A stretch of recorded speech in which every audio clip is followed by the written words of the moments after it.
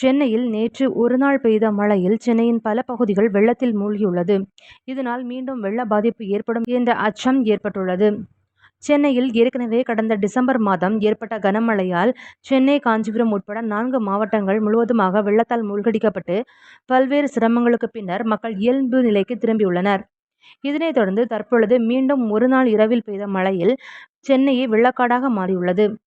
சென்னை மழைநீர் வடிகால் பணிகளுக்காக 4000 கோடி அளவில் செலவு செய்யப்பட்டுள்ளதாக திமுக அரசு கூறியிருந்த நிலையில், வரலாறு காணாத மழை பெய்ததால் தான் மழைநீர் முறையாக வடியாமல் வெள்ள பாதிப்பு ஏற்பட்டதாக திமுகவினர் கூறி வந்தனர். இந்நிலையில் ஒருநாள் பெய்த மழைநீரும் வடியாமல் சென்னையின் பல இடங்களில் மழை நின்ற பின்னரும் தேங்கியுள்ளதால் இதுகுறித்து சமூக ஆர்வலர்கள் கேள்வி எழுப்ப தொடங்கியுள்ளனர். மேலும் மீண்டும் சென்னையில் வெள்ள பாதிப்புகள் ஏற்படாமல் இருக்க தமிழக அரசு முன்னெச்சரிக்கை நடவடிக்கைகளை முறையாக எடுத்து மக்களிடம் விழிப்புணர்வை ஏற்படுத்த வேண்டும் எனவும் கோரிக்கை வைத்து வருகின்றனர்.